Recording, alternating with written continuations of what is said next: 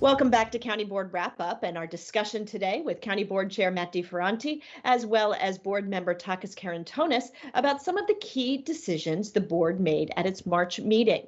Now, of course, in addition to Courthouse Square, which we discussed in our last segment, some new projects around Crystal City were also hot topics. Let's talk first about the DCA Crystal City Connector.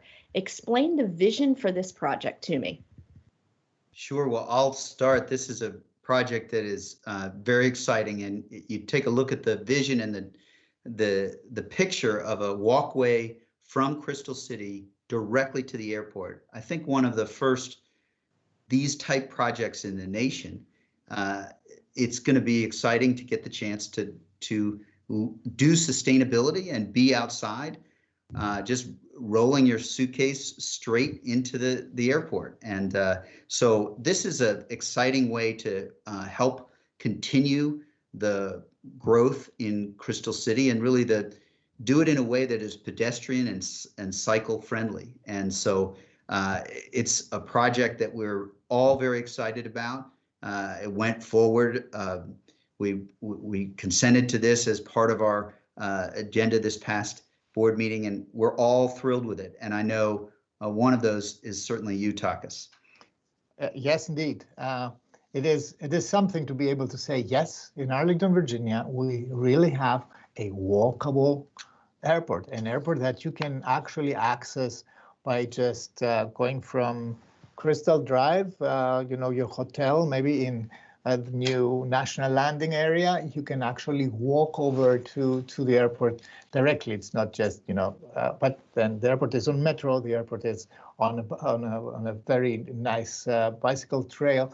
The airport is now walkable, and this connector will add amazing, an amazing asset for National Landing. And I believe it's more than warranted that all stakeholders are looking very with optimism to get this project in a way. It's also something that connects the core of National Landing, the high density core on this metro and transportation corridor, and Arlington's one of Arlington's main economic engines, with a natural asset which is between the airport and National Landing, which is the Mount Vernon Trail and the river, Arlington's Riviera, the river banks. And I believe that this is to not only to the benefit of the passengers, but also to the common citizen who can simply stroll over from Crystal Drive and get down into the green very, very easily. So I think there are many qualities that are converging into this project, and I'm really very excited to see going forward. Awesome. I can tell you, and the best thing about that, it just looks cool too. And the best things about that is that thankfully, federal funding and non-Arlington taxpayer funding will be significantly supporting the costs for this significant and iconic infrastructure. Think also about the passenger who comes out from an airport, and the first thing they will think, where is my taxi, or where can I find transportation? And all of a sudden, they will see a fantastic passage to the hotel across. And they can walk. You don't need to wait for a shuttle bus or a taxi or what have you. Yeah. You can just walk to your hotel.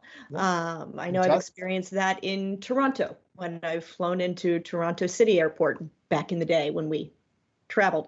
And that was something that was always very appealing, and it's going to be very exciting for folks coming into Reagan National Airport who may be visiting and staying at a hotel in Crystal City or in the greater National Landing, but also that for our residents, that this really kind of brings up the goal of the overall sector plan, and to make the Crystal City and the entire National Landing neighborhood a more vibrant, accessible hub of transportation. What will that mean for the county overall?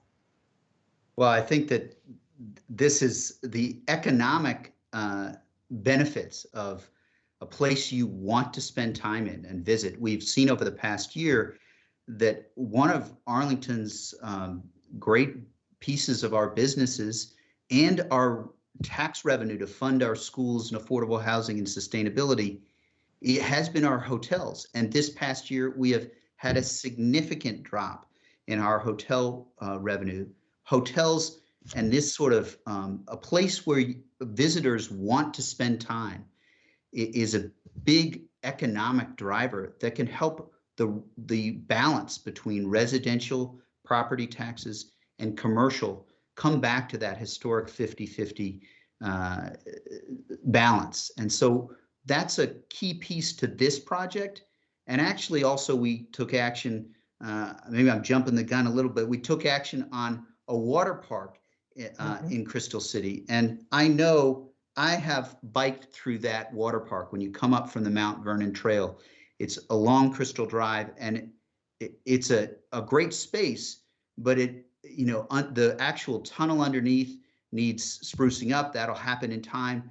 But as you come into Crystal City, the space coming up the trail to Crystal Drive needed some refreshing, revitalization, and to be more bike and pedestrian friendly. And so that's the step we took. And so if you think about the connector to the airport and also this refreshed water park, it's really the next generation. We had Crystal City in the 80s and 70s as a place where we had a lot of federal entities. We still value that, but this is part of becoming more dynamic, and that place as an attraction, that place building, is a key piece of both the connector and the water park. And so I know, Takas, your enthusiasm for the water park was a key piece to it, and there was a story behind this water park getting done. So Takas, yes, I don't know if you... And I couldn't say that better. I believe that maybe the bottom line here is that County Board, all stakeholders, the business improvement district, the business community, the civic community, all together, what we have in common, what is our common goal, is to make Arlington again a place of choice. You, Cara, said that you went out from your airport somewhere and in Canada, and then you were pleased to walk into the urban setting, right? It was a city airport in this case. Mm-hmm. So we have a city airport where today there is no real, the passenger, and there are millions of them, like 20 million. After COVID, hopefully again, they have a choice. They can jump into any transportation model that is absolutely available to them and go everywhere in the region relatively easily. We want to make it more easy and more attractive to choose to stay in Arlington. We want them to just walk over and be in a place that will beat everybody else. This will be their first choice. And at the same time, we are delivering back. We are rebuilding civic quality, the quality of the built environment back for our own community. Our trails will be better connected. The accesses to new transportation models like the VRE station that is going to be developed as well very soon in the same place.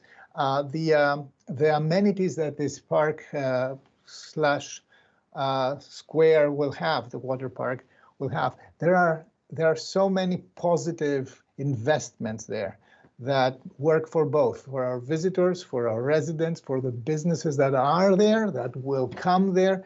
And it puts us in the map as a place that really cares about this. And the input from our community has improved the place big time to everybody's satisfaction. I can tell you, as an economist, I would always say, the input from our community has actually stimulated additional investment in the public asset, and that's a great story to say. I'm so glad you mentioned that point, because we've been having a conversation with seeing the positives of the future, some vision, our clear excitement. But this project actually came before us a few months ago, and it wasn't ready. We had great input from our residents, and we changed for safety reasons. We changed the way this water park and this sort of square area is going to be. And so I think you make a good point that while we're looking towards the future, we got to keep our feet grounded. And I think the end water park was a much better project because we paused, listened, and changed what we were doing. All right.